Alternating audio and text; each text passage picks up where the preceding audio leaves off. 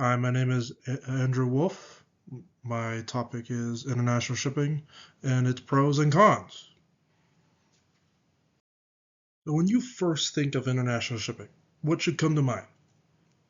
Packages and movement of all over the world.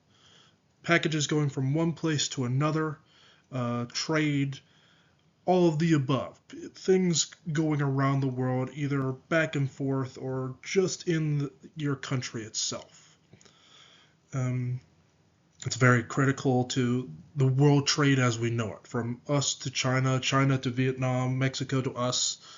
It's it's important, strictly important, and it includes every type of movement: airplanes, boats, trucks, vans, bikes, foot, everything and everything in between, from objects to food, from like spices and fish going to your markets. That's basically what you should think when you think of international shipping. It's just movement of products. There are many pros and cons of international shipping. It enables free global trade with massive economic growth across all countries and many different states. Of course, it goes up and down from time to time, but it generally means good growth when you're able to ship goods from one continent to another. It also gives access to bigger markets, like all the spices that I said earlier from China, or all the Asian countries that have all these spices. We're able to bring those over into America, and we use them in everyday cooking, or pink Himalayan salt, or all these um, bananas, chocolate, all these things that are not native to America, or things that are not native in Asia that are native in America that we just ship over. Like it's great that we are able to connect through these ways, especially food and other products. But it's also super efficient on a large scale. If we're able to send so much stuff in large scale, it just makes it cheaper in the long run, but also more efficient as a whole if we're able to move stuff from one place to another in huge masses. With these large masses of shipment, it also creates this vacancy, but also opportunity for jobs, like jobs of moving things on ship, truck, by foot, by van, by moving packages from one office to another. It creates all these windows of opportunity for people to hopefully make a living. Also, places to store. We need people to operate those warehouses, to move these things that's in one warehouse, get them onto the line to get it to the other warehouse, or get it on a ship. It's all about how the handling of all these packages and goods that we need all these people for, especially the paperwork. We create jobs by moving so much stuff, especially office jobs, but all the amount of paperwork and paper trails that we need for all this shipping, all this moving one product. We need to know how much of one product is going to this place across the ocean and meeting each other. Like it supports international businesses like Microsoft, Amazon, Walmart. These are technically international businesses. It helps them ship, like especially Amazon. China has its own type of Amazon, but Amazon is huge of international shipping, of taking products, selling products, and moving those products into your home. Amazon Alexa, Kindles, other products from other shops from all over the world use Amazon to ship their products through Amazon. Microsoft, chips, computers, sends them all over the world for robotics, laptops, phones, and it reduces costs. Able to get all these electronics from all over the world that have varying prices. It lowers prices for us, the consumers, and the company itself that use these international trade routes.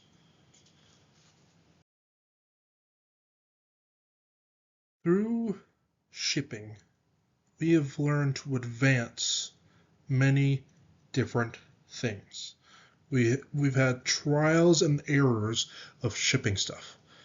Containerization, I learned that today, which is the improvement of how the containers hold the stuff and make sure it's either not rotten, broken, molded, or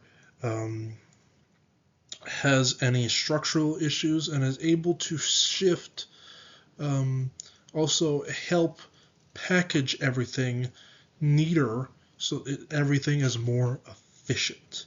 Tracking. That paperwork that I was talking about has become easier as we started this with serial numbers, computer tracking, chip tracking, especially of food products. We've been able to track which type of product has gone wrong, which product has gone right, and move that stuff. And then automation. All those workers that move packages still need to be there because we can't really automate that. But what we have automated is the things in the warehouse. Moving packages from one side of the warehouse to the other, all organized, all packaged, ready to be put into a tractor trailer or in a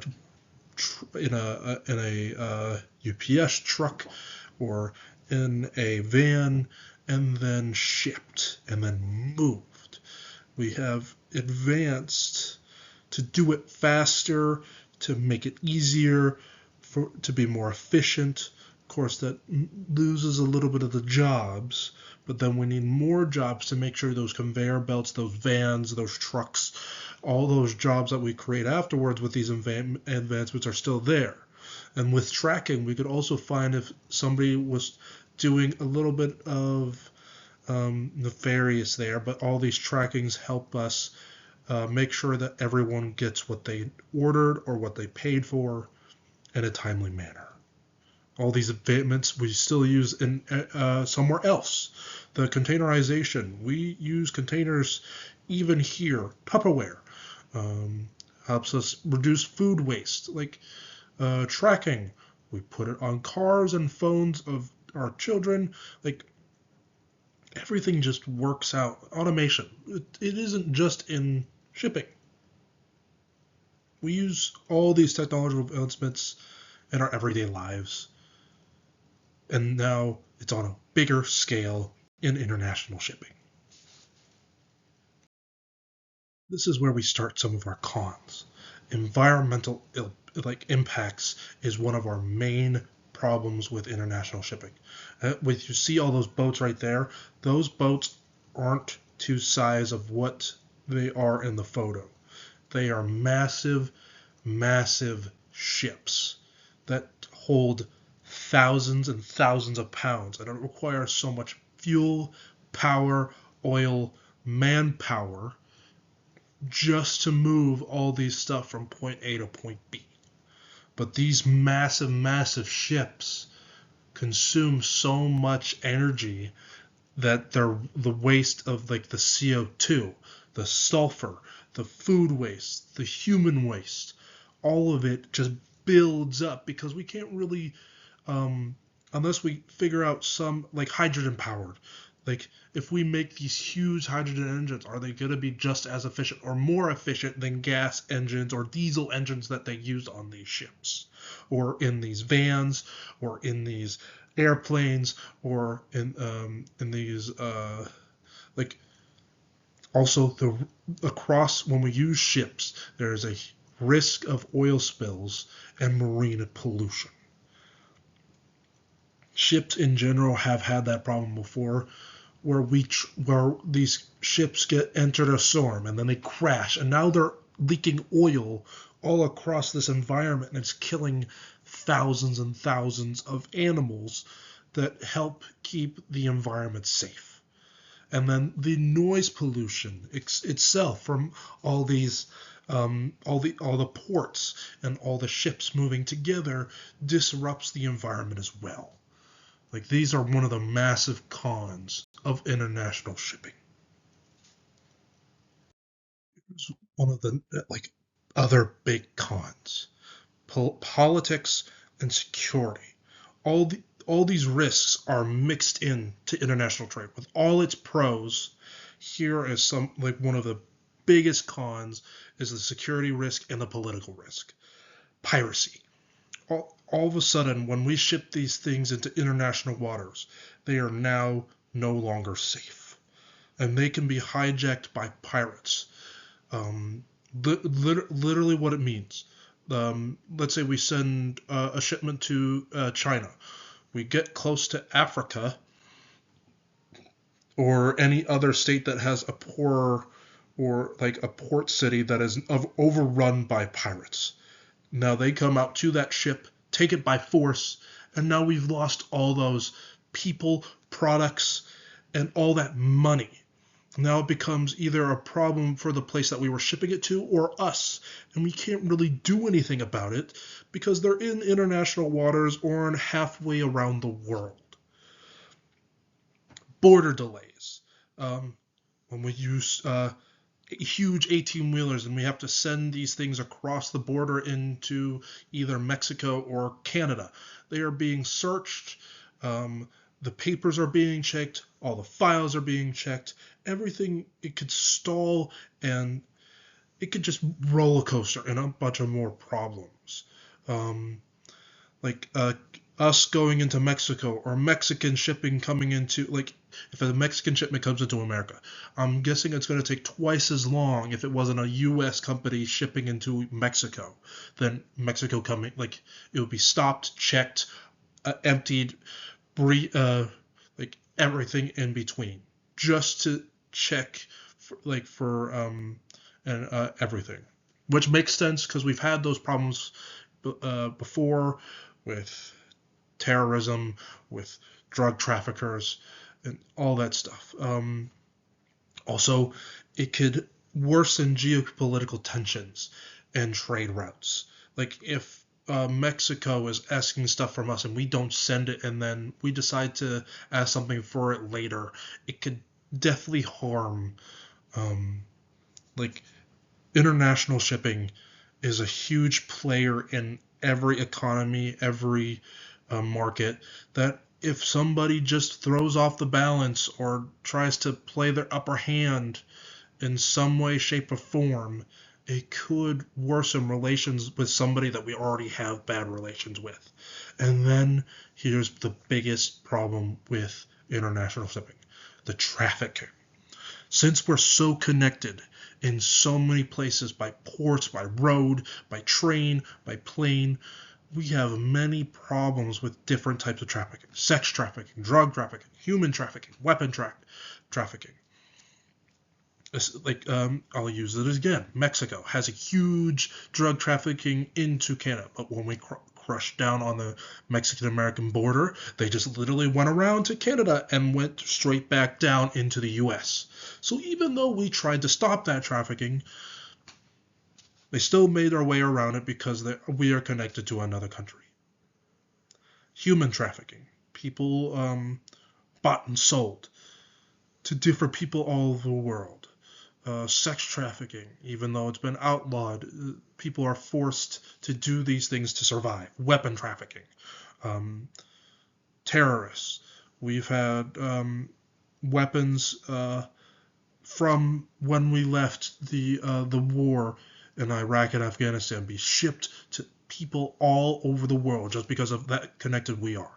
Now, if these shipments fail, this is another problem as well, because all these prices could skyrocket in this specific market. Now they're either out of this thing, low on this thing, or and then it could create tension on what happened to that shipment and who owned that shipment. Like, let's say the U.S. sends to China, it's destroyed by pirates. Now, since we are the owners of that ship, now we are in charge of that thing from halfway across the world trying to fix this problem. It's just one of those many cons that comes into play with international shipping, that we are so connected together by these by physical roads and these roads that we make in sea, by plane, by train, all of them. It's just one of those cons that comes up. Here's one of those other cons. When I mentioned shipping delays, it could disrupt a whole entire supply line. Okay, now we're being delayed here. And now, since we can't get from the warehouse to the truck is now late. The truck cannot get to this border. Now they're late again. It just loses money and loses time, and it loses efficiency since we're connected this way. Especially by we can't really control traffic. But if this 18-wheeler is stuck in traffic for 5 hours, he is now 5 hours late. And now this person won't get their Walmart won't get their stuff until literally the next day, where they've lost all this money they could have had with all this stuff that was sitting in traffic. Fuel prices so volatile that now you're sitting in traffic. You burn so much gas. Now you have to go get more gas. And now in California alone, it's $5.30 per gallon, $5.30. Now you're out however much to fill a tank. But all these big businesses are able to cover those costs, but it's still a pain to get over. Now, small businesses have really, really hard time doing this. Some are easier because they're doing local, and if they are doing international shipping, it's really hard for them to get past all these delays, prices, and they just struggle to break into this large scale of international shipping by large scale corporations. It's just one of those drawbacks that happens with shippings run by big corporations or big shipping corporations and stuff like that. Now we're on some solutions to the environment and big future trends that I can see coming in. One of the big trends right now is companies switching to alternate fuel sources to lower their impact on the environment. Electric vehicles, hydrogen, LNG. It's just them trying to figure out a certain way to get past all this. And then AI becoming a bigger part in logistics and routing planning. And then the international regulation to reduce emissions. Everything is just getting connected, and I see this as a good thing, because if we become more efficient in alternate fuels and AI becomes better, that we're able to figure out better routes, and international regulations tightening on emission, it just forces them to go this way, that it's better as a whole. In conclusion, I think international shipping is essential in our global market today. Essential. The amount of packages that people get per day has skyrocketed in the last 10 years from 25% to over 80% of people getting shipments from all over the world. And the benefits are significant, but the challenges do remain. And I hope the future improvements are able to stabilize all these other things like drug trafficking, and we're able to find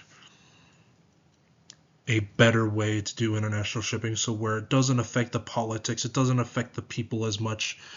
And I can definitely say, international shipping is one of our gray areas. It's neither good or bad.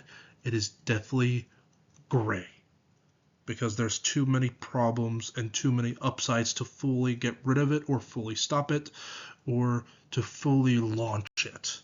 We need to figure out some of our darker gray areas to hopefully make it a lighter gray.